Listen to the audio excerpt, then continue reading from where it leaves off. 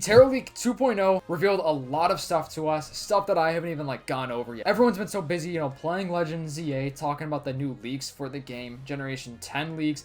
Obviously, we have like the other Legends Galar stuff, the next Legends game. So much stuff has came out over the last couple of days, which there's still a lot more to come. Like, we definitely have more information to be revealed to us probably in the next couple of weeks here. These leakers on Twitter, they gotta have stuff to post for the future, so they have things up their sleeve that we have no idea what it is yet. But let's talk about this. So this is a Wind and Wave rumor, which is Generation 10, and it's about a rumor about how Wind and Wave will allow the player to select either turn-based or real-time battles, but it was a mistranslation. What that specifically actually was saying is that the developer mentioned that, but they didn't know which one of those two systems they are going to end up using. So I guess we still don't fully know as far as I'm aware. It could be turn-based or real-time battle. So it could be like the original style of Pokemon or kind of more like the Legends ZA style of Pokemon battle. Let me know, what do you guys like more? Do you guys like the ZA style or do you guys like the turn-based? I like both. I'm happy with either one, honestly. And then what's also so interesting, it says Gaia started as a fork of ZA, so originally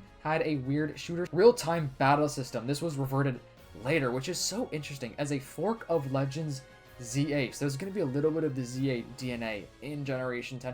I wonder what type, like what exactly from ZA did it like fork off as? Like, could it have originally been like the DLC for ZA, and then behind the scenes, like, you know what, let's just make this an entirely brand new game. That's how Gen 10 started. Super interesting stuff, though. I love seeing stuff like this. And Scarlet and Violet, we have a lot of leaks from just the Scarlet and Violet beta era when they were developing the games, like the names they considered for Scarlet and Violet. This stuff is so interesting to me because I'm always like, what are they going to name the next Pokemon games? And I'm always wondering, like, could some of these beta names, could they use them in a future game? We know that Game Freak actually has a lot of trademarked names that they have never actually used before. Like, they could totally use some of those names from, like, 2005 or something like that they trademarked, and they could still use it as a future Pokemon game name. The beta names for Scarlet and Violet: Ring and Cube, Ring and Box, Orb and Cube, Dinosaur and Machine, Dino and Robo, Wild and Space. I'm not gonna lie, none of these are that good.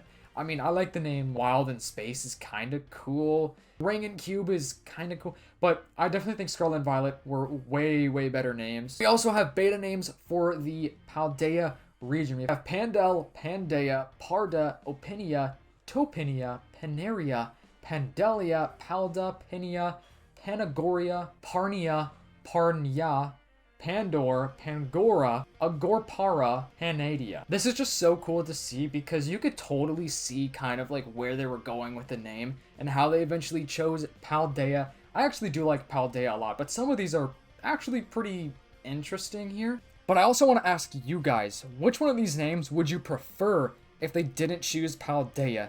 If I had to pick, I kind of like Topinia is kind of sick. I mean, Pandea is kind of cool as well. Parnia.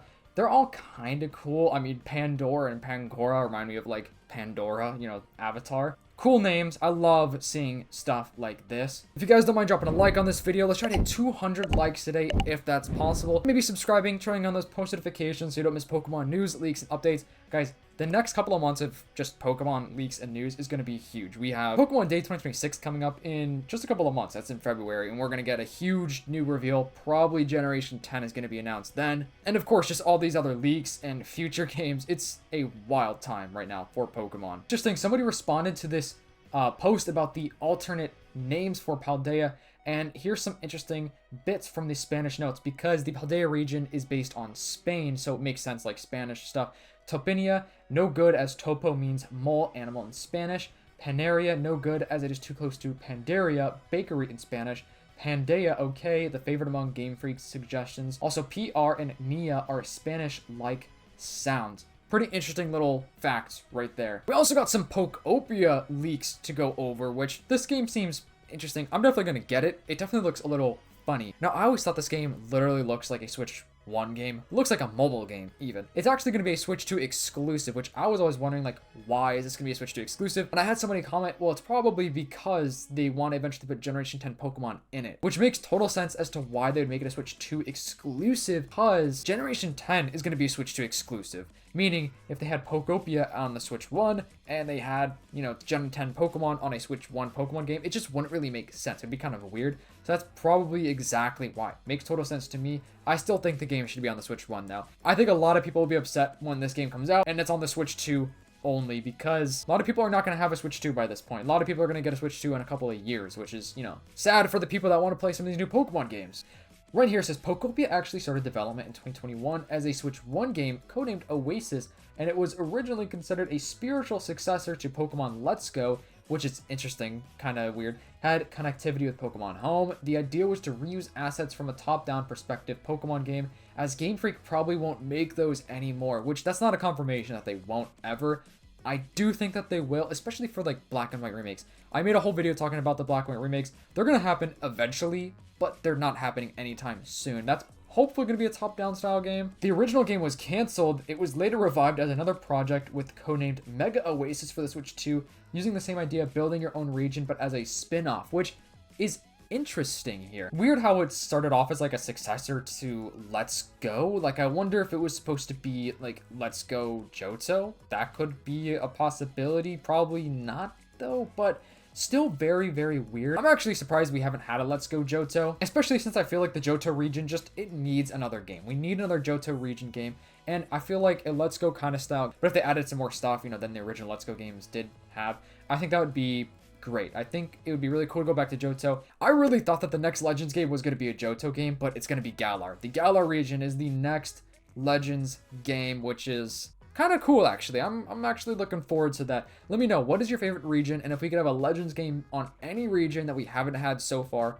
what region would you pick and why? I love hearing your guys' thoughts because you guys have some really unique ideas, and I love reading your comments. We have one final and huge thing to go over, so don't leave yet because we got a ton of beta Scarlet and Violet plot details. Now, I haven't really been able to go over this stuff yet because I haven't really had time because we've been talking about all the other huge major leaks. So there are only 4 gyms in the main story with additional 4 optional ones. Gym leaders' teams change depending on how many badges you had, which that would be interesting, kind of make the game a little bit more unique based on where your progress is at. Nemona and Arven exist, but not Penny. You still get Cordon and Miraidon similarly at the beginning of the story, which was so weird how they did that. That was bizarre how we got those legendary Pokemon at the beginning of the game. The evil team is based on a marching band, Team March. The champion of the region disappeared.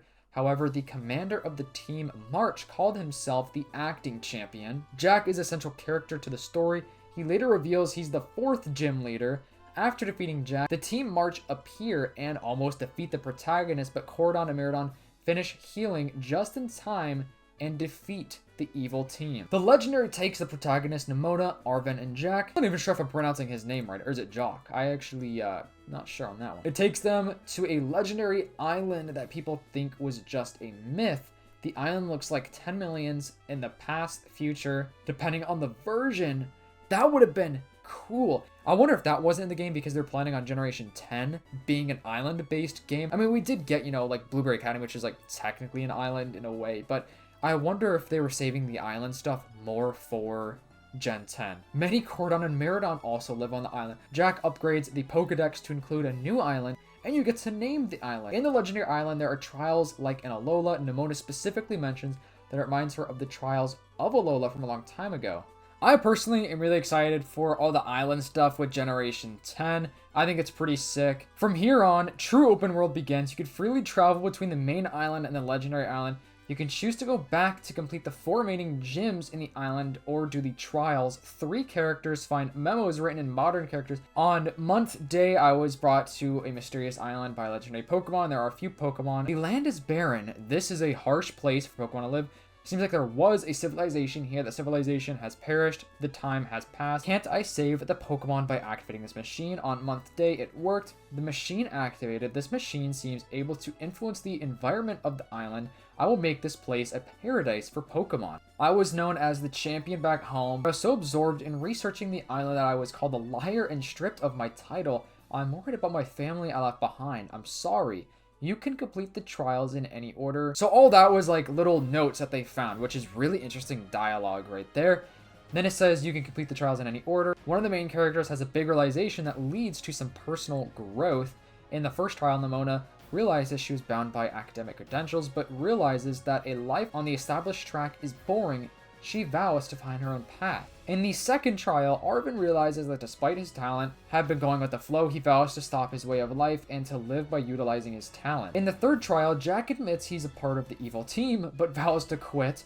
After the fourth trial, March appears from the sky, and the commander of the team thanks Jack because he put a transmitter on him without Jack realizing it. They want to catch all legendary Pokemon on the island. You enter Team March's flying airship to defeat their Elite Four, plus the commander acting champion. After defeating Team March, the protagonist is transported to a mysterious place full of flowers where he apparently can see his own house right in the middle. Protagonist finds a mysterious turtle in the house, which we did get that turtle Pokemon. You hear a voice from the back of the room. Is there anyone there? So someone has come this far. Congratulations. I want to say this to those who have come this far. I wanted to create Pokemon Utopia. Pokopia, baby. Now that I'm thinking about it, a lot of this does actually sound like Pokopia, which is pretty weird. I don't care if people criticize me. This is the Pokemon Utopia I envisioned. Here's a bunch of other stuff. You want to read it because there's so much to read. This is insane. Fights a mysterious shadow man, calls himself the champion. His face is hidden in the shadows. He uses the turtle Pokemon as his last Pokemon. He defeats the champion. The champion never reveals that he is the father. Darth Vader moment for real. Here's some more dialogue if you guys just want to read all of this, because like I said, there's just so much right here, and I don't want you guys to be bored of this video. Then we have Cordon Meridon, whichever one picks up the protagonist from the sky, and then they fly into the sky. At this point, the four main characters have found their treasure, but this is not mentioned explicitly, and the story ends without defining what the treasure is. They leave the island to go back home, and the ending begins, the credits, as they watch flying through the sky, riding legendary Pokemon. And then in the post-game, you can fight the remaining 4 gym leaders if you haven't done so, and then fight Nemona and decide who will become the actual champion of the region. So I know that was a lot. That was probably a lot of just mumbo-jumbo, but it's pretty interesting because this actually kind of seems like that's kind of the direction they're going to be in with Generation 10. And as well as that, a little bit of Pokopia in there with like the island stuff. You get to name the island, which is really cool to see how they get these little ideas and kind of put it into different Pokemon games. I would have loved to see this. I actually think this would have been perfect. But you could also kind of see how this also translates a little bit into the story that we did get with Paldea. Let me know, do you guys like this? Would you have preferred this to happen over what we actually did get? Or are you just excited to see the island stuff with Pokopia, and then Generation 10 is going to have a bunch of different islands? I'm looking forward to Gen 10. The island stuff is going to be really cool, and I'm wondering if they didn't really have the islands in there because of the Switch 1. I don't know if the Switch 1 was able to like handle it. I would assume it would be if they just, did it right. But either way, I think it's going to be cool to have islands in Generation 10. Thank you so much for watching this video. If you were real and watching this far in this video, comment down below, water. Literally the word water. Let's confuse those people that are not watching this far in the video. Hope you guys all have a fantastic day. Make sure to like, subscribe, turn on those post notifications, and I'll see you guys in the next video. Peace.